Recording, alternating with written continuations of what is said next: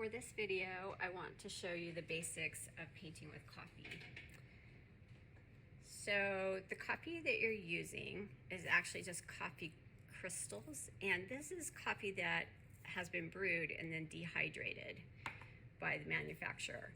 This is the brand I'm using, the Folgers Classic Roast. I find this has the best color. I've tried using less expensive brands like generics, and the color's not very good. It looks kind of brown and muddy, whereas this gives you a nice, little nicer sheen, a little prettier color. So you have a container of coffee grounds, and there's a couple of different ways you can use this. You can either put some of this in some separate containers and then add some water to it. I generally, for the thickest dilution, I would have like maybe a tablespoon of coffee to maybe 2 tablespoons of water, and that's going to be pretty thick. And then you can use that you can further dilute that with water. I wouldn't just put water in this whole thing because it does have a tendency to get moldy over time. So I would just mix it as you need it. If you mix up a bunch at the end of the day and you want to save it, you can. You'll just drain it into a little jar. So one thing to know about coffee with your brushes is that coffee is really acidic, and it can be hard on your nice watercolor brushes. So what you want to do is make sure that you're cleaning them really well after you use them, and then I try to even rinse them out occasionally while I'm working, just to get the coffee out and give them a little break. At the end of the session, what I'll do is I'll rinse them out with water. I'll put a little Ivory dishwashing soap on my hand like this, and I'll just go back and forth like this, just gently kind of working the coffee out, and then give it another really good rinse with water. And make sure that you have it all out by just squeezing like this. Like you can tell, there's still a lot in there, obviously, and that way it won't hurt your bristles on your brush. The paper that I'm using is Stonehenge, and it's a really nice printmaking paper. I like this for a lot of things, for everything from drawing to printmaking to charcoal. You can even use watercolor on it, but it's especially good for this. I've tried other papers and some are okay, but this is for sure the best because the coffee can just sit right on top of it, and that's how you get some nice glazes and things like that.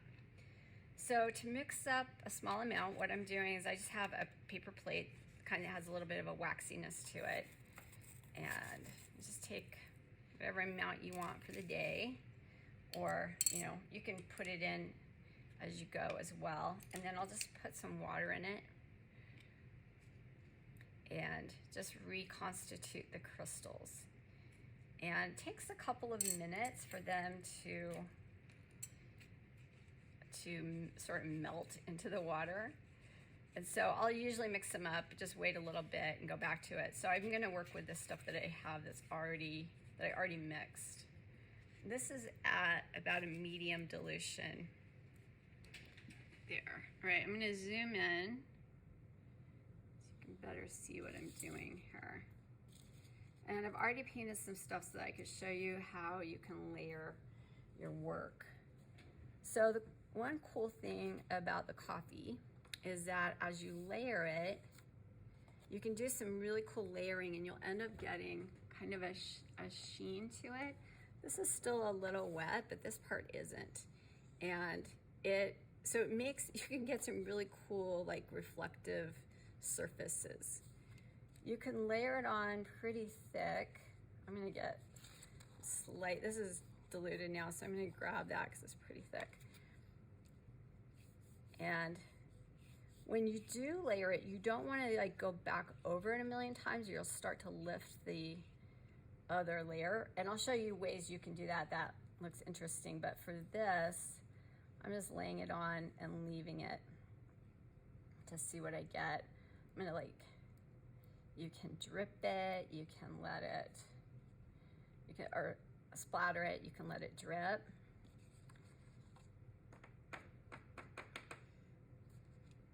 That. You can also use some of the same techniques that we use with our watercolor. So you can use salt just like you would with watercolor. Here's one that worked out pretty well. And it's the same sort of thing, just put it on. Got a little thicker. Put it on while it's still wet. Like this, just sprinkle a little bit on. I usually wait like maybe 15 seconds and then I'll sprinkle some more on. Like some of this is just probably going to dissolve because there's so much coffee there.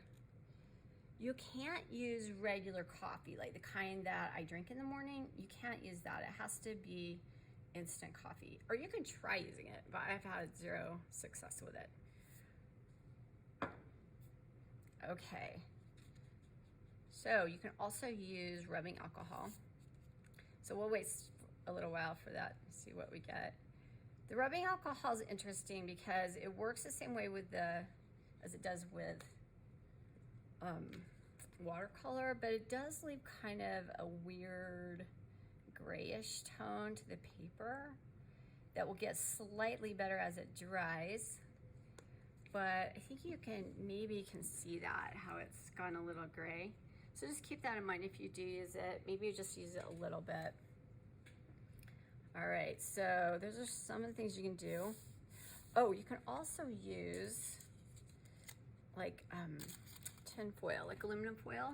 So you just take it, kind of bunch it up. You can use a big piece, small piece, whatever you want to do.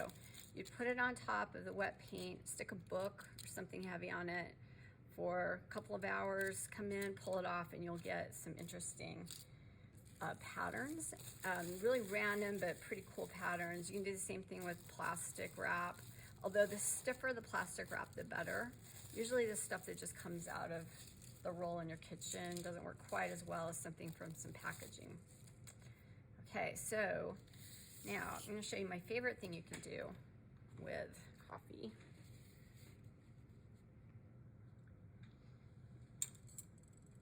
And that is that you can go in and remove paint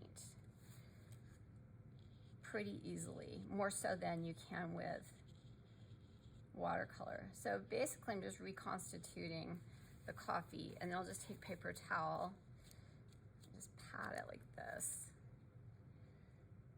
And this can be a good way of bringing out highlights. We'll talk about this more in the next video where I'm going to show you a more practical application.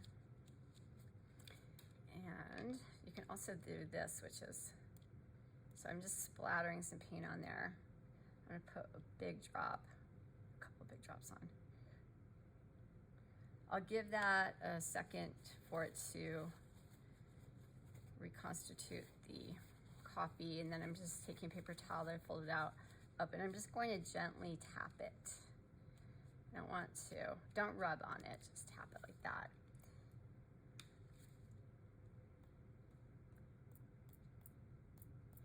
And I'll often use this for like backgrounds, just where I want a more interesting look.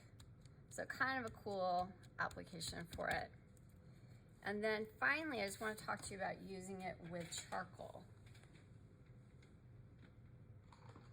So you have been given a charcoal pencil,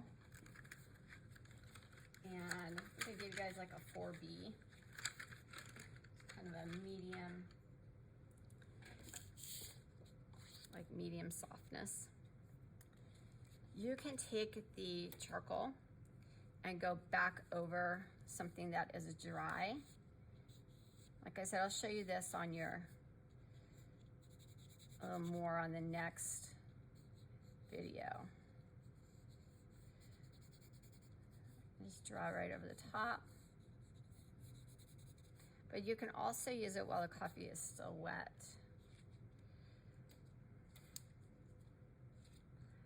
And it will absorb in. You can also use stick charcoal. I just gave you guys a charcoal pencil because for the thing that you're doing, charcoal pencil is going to be fine. So as you can see, it's sort of melting into the coffee.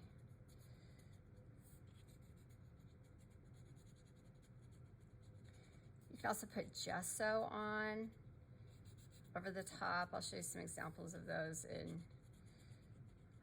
the presentation. You can even take your finger, smear it in, although it's lifting up the paper a bit too. Okay. So those are some of the things you can do with coffee and with charcoal. And so at the end of the day, of course, again, I'm going to take my brushes, clean them off really well, put the lid back on this guy, save anything I want to save in another little jar, and then just set this out to dry. It's going to take you a few days to work through your still life because you have to let things dry in between, and it takes longer for this to dry than watercolor because it is kind of a surface media. See how it's just sitting on the surface. All right.